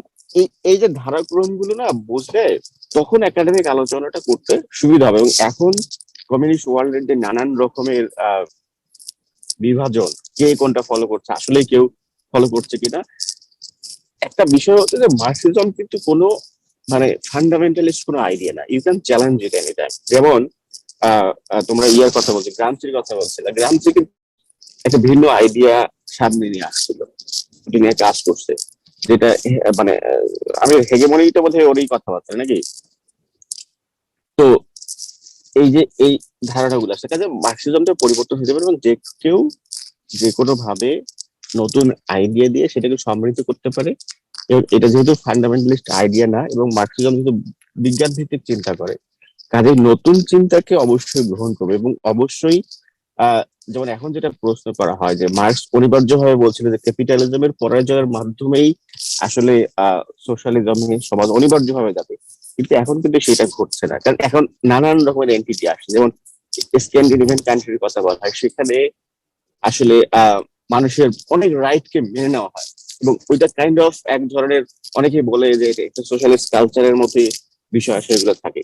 কাজে এই পরিবর্তনগুলো তো হচ্ছে, কিন্তু মার্কসিজমের বেসিক জায়গাগুলো তো ভুল নাই, কারণ ঐতিহাসিক এবং গান্ধী বস্তুবাদে এই বিষয়গুলো বলছে, এবং ওই বিষয়গুলো বুঝলে পরে এটাকে ব্যাখ্যা করা কিছুটা সম্ভব হবে। তো আমি মানে সবার কাছে এই আলোচনাটা চলুক, এবং আলোচনাটা চলার আগে বেসিক ধারণাগুলো সম্পর্কে ধারণা থাকলে আলোচনা করা মনে হয় সুবিধা হবে। ধরো অনেক তর্ক হওয়া দরকার, মানে কমিউনিজমের পতনের 2-3টা কারণ জানি, বা আমি যেটা বল হাজার হাজার কারণ, এই কারণগুলো বিশেষ করে হায়ার স্টুডেন্টদেরকে এটা আরো ভালো বোঝা দরকার, তর্ক হওয়া দরকার।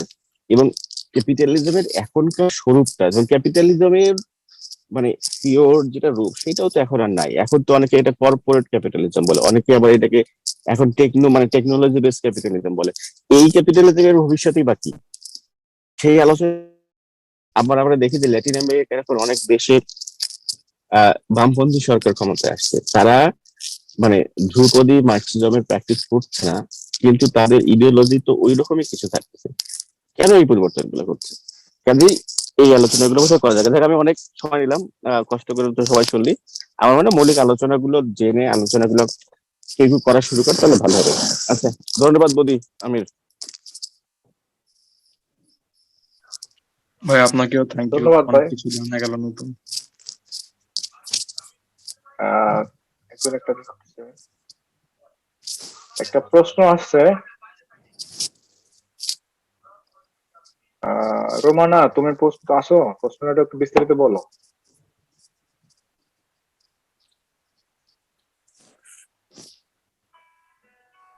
রোমানা ভাই। শুনতেছ?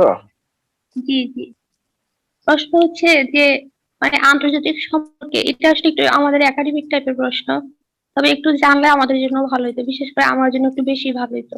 মানে আন্তর্জাতিক সম্পর্কের সাথে আমরা বর্তমানে কয়েকটা ঘটনা দিয়ে যদি মার্কসিজমকে একটু ব্যাখ্যা করে দিলে একটু আমাদের জন্য ভালো হতো, এটা অনুরোধ আসলে। কিভাবে ব্যাখ্যা করবো?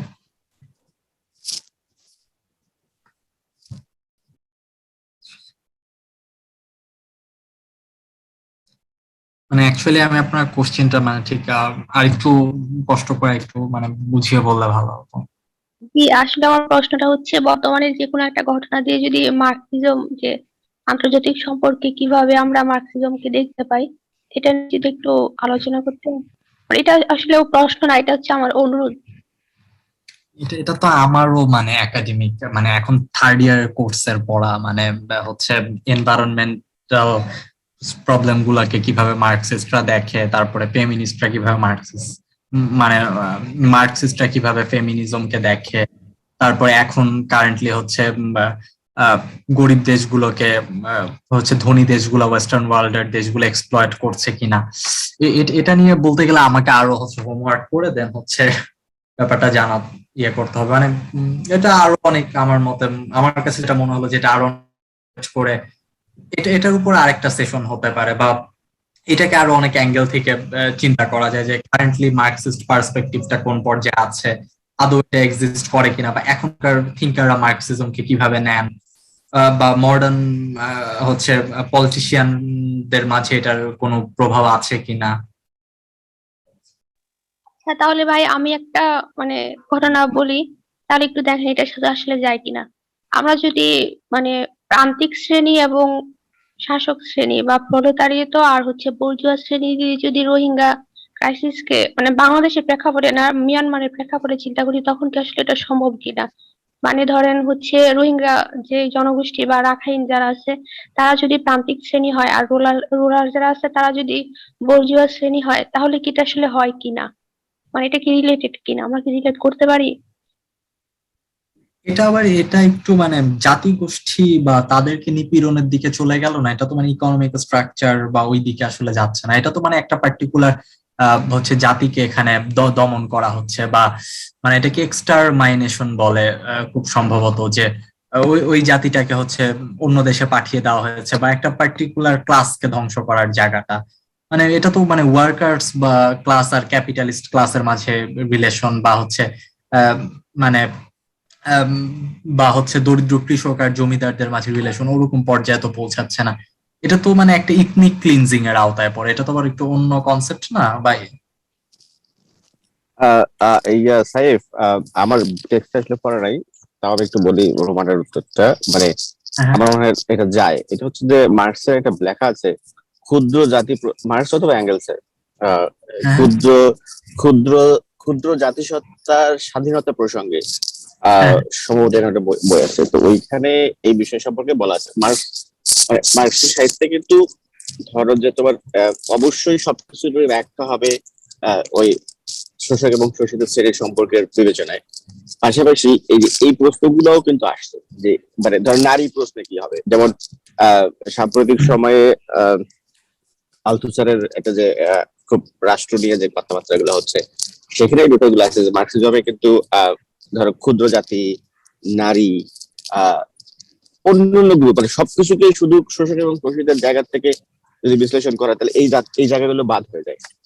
কিন্তু আমার মনে হয় আমার ওই টেক্সটটা পড়া নেই ঠিক মতো, কিন্তু আমি এটা জানি যে ক্ষুদ্র জাতির স্বাধীনতার প্রশ্নে মার্কসের আলাদা লেখা আছে, এবং সেই লেখায় এই কোনো অবহেলিত জাতির, কোনো পিছিয়ে পড়া জাতির স্বাধীনতার আকাঙ্ক্ষাকে আমি এক্সাক্ট বলবো না, কারণ আমি যেহেতু টেক্সটটা পড়ে নেই, কিন্তু এটা আমি জানি যে এটা স্বাধীনতার আকাঙ্ক্ষাটাকে হচ্ছে তারা সাপোর্ট করে। বিশেষ করে ভারতের স্বাধীনতা সংগ্রামের প্রশ্নে কিন্তু মার্কসের স্পষ্ট করে লেখা আছে। তো এইটা আসলে হ্যাঁ আলোচনার দাবিদার, রোহিঙ্গার বিষয়টাকে মার্কসীয় অ্যাঙ্গেল থেকে ব্যাখ্যা করা যায় কিনা, আমার মনে হয় যায়। তবে আমার পড়াশোনা যেহেতু এটা নাই, নিয়ে এটা ভাই নিয়ে সেটা আমার বলতে মনে পারবো হয় না। ইলাবোরেট করা একটা সেশন, বা মানে অনেক হচ্ছে ইন্ডিয়ার ক্ষুদ্র নৃগোষ্ঠী গুলার রাইটস কমিউনিস্টরা মানে পলিটিক্যাল পার্টি গুলা আন্দোলন করছে, রাইট মানে রাইট রাইট। বিহারে, তারপরে আরো কিছু অঞ্চলে।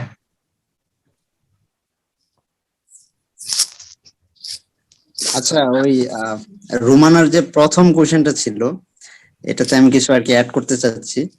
যে রুমানা প্রথম কোশ্চেনটা করছিল, যেটা এটা হচ্ছে তাদের মানে সেকেন্ড ইয়ারে এই কোশ্চেনটা আছে আমি জানি, এই সেকেন্ড ইয়ারের কোশ্চেনটা থেকেই আসলে কোশ্চেনটা করছো, তাই না রুমানা? ভাই আমি আসলে সেকেন্ড ইয়ারের থেকে না, আমি একটা বই পড়ছিলাম আধুনিক ইউরোপের ইতিহাস, ওইখানে হচ্ছে মানে ওরা স্পষ্ট ভাবে বলছে যে যাজকতন্ত্রের বিরুদ্ধে মানে না, ওই ফরাসি। Marxist view of international relations এটার কথা বলছি। হ্যাঁ হ্যাঁ ভাই, এটা হচ্ছে আমাদের সেকেন্ড ইয়ারে আছে এটা। আচ্ছা আচ্ছা, তো Marxist view of international relations বলতে মানে মার্কসরা ইন্টারন্যাশনাল মার্ক্সবাদটা ইন্টারন্যাশনাল রিলেশনস কে কিভাবে দেখে সেটাকে বোঝায়। তো আমরা বিভিন্ন রিয়েলিজম বা লিবারেলিজমকে দিয়ে যদি জাজ করি, তাহলে দেখা যায় যে ইন্টারন্যাশনাল রিলেশনস রিয়েলিজমের মধ্যে অ্যানার্কিক সিচুয়েশন, রাষ্ট্র রাষ্ট্রের সাথে স্বার্থপর আচরণ করবে, নিজের সিকিউরিটির সাথে যে কোনো কিছু করতে পারবে। আবার লিবারেলিজম দিয়ে যদি বিশ্লেষণ করি, তাহলে একজন আরেকজনকে সাহায্য সহযোগিতা এগিয়ে আসবে। আবার সংঘাতের কারণগুলো এক একজনের এক এক এক্সপ্লেনেশন আছে। রিয়েলিজমের আলাদা এক্সপ্লেনেশন, লিবারালিজমের আলাদা এক্সপ্লেনেশন। এখানে মার্কসিস্টরা যে এক্সপ্লেনেশন দেয় যে ইন্টারন্যাশনাল রিলেশনস যে সংঘাতের কারণ, এটার কারণ তারা বলে যে বুর্জুয়াদের স্বার্থ। ইন্টারন্যাশনাল রিলেশনস সবকিছু পরিচালিত হয় বুর্জুয়াদের দ্বারা। মানে একটা রাষ্ট্রে যখন বুর্জুয়া শ্রেণী তার ইনকাম মানে ক্যাপিটালিজমের তার ইনকাম যখন হচ্ছে যে হাই করবে, মানে ক্যাপিটালিজম মানুষের আর কি চাহিদা, নেভার এন্ডিং কুয়েস্ট ফর কি বলে সেটা, সম্পদের জন্য আর কি, মানুষের যে চাহিদাটা সেটা কখনো শেষ হবে না। যখন তার দেশ পেরিয়ে সে বাইরের দেশে চলে যাবে তার এই সম্পদ আহরণের জন্য, তো এই ক্ষেত্রে যখন তার দেশ ছেড়ে বাইরের দেশে যাবে, এই সময় তারা কিছু দ্বন্দ্ব সম্মুখীন হবে। যেমন ফার্স্ট ওয়ার্ল্ড ওয়ারের ক্ষেত্রে যদি উদাহরণ দিই, জার্মানি চাচ্ছিল যে সে হচ্ছে কলোনিয়ালিজম বৃদ্ধি করবে, এর পিছনে কিন্তু ইকোনমিক গেইনটাই মূল কারণ ছিল, এবং এই ইকোনমিক গেইনটা কে হতো, বুর্জুয়া শ্রেণীরা হতো, যার ফলে সেই ঘটনাগুলোকে কিন্তু কলোনিয়ালিজম করার উপর গুরুত্ব দিছিল, সেটা মূলত বুর্জুয়া শ্রেণীর করা, এবং এর ফলেই কিন্তু ওয়ার গুলা হয়েছিল, এর ফলেই কিন্তু অ্যানার্কিক সিচুয়েশন ক্রিয়েট হয়। তো Marxist view of international relations হচ্ছে যে মার্কসিজম সেটা মূলত বলে যে বুর্জুয়া শ্রেণী তাদের এই ক্যাপিটালিস্ট মনোভাবের কারণে তারা হচ্ছে সম্পদ গেইন করতে থাকে, নিজের দেশে গেইন করতে করতে দেশের বাইরে চলে যায়, দেশের বাইরে চলে যাইতে যাইতে এইভাবে হচ্ছে বুর্জুয়া ভার্সেস বুর্জুয়া যুদ্ধ হয়। বুঝাইতে পারছি? মানে ওয়ারটা not state matter, state war করে না, ওয়ার করে বুর্জুয়া শ্রেণী। আরো কিছু যে আমি জানতাম, এখন ঠিক মনে আসতেছে না। তুমি হচ্ছে আমি এই বিষয়ে যদি ম্যাটেরিয়ালস দরকার পড়ে, বা আমি ওই বইয়ের পেজ নাম্বারটা তুমি আমার পরে জানাই। জি ভাই, অবশ্যই, থ্যাংক ইউ। ধন্যবাদ কুদ্দুস তোকে। আর কারো কোনো প্রশ্ন আছে? আমাদের আজম ভাই আছে দেখলাম। আজম ভাই, আপনার কোনো প্রশ্ন আছে? ভাই আমি একটু আগে জয়েন করছি, আমি একটু বাইরে ছিলাম, আনফরচুনেটলি মিস করে ফেলছি আলোচনা। তো আপাতত প্রশ্ন নাই কোনো।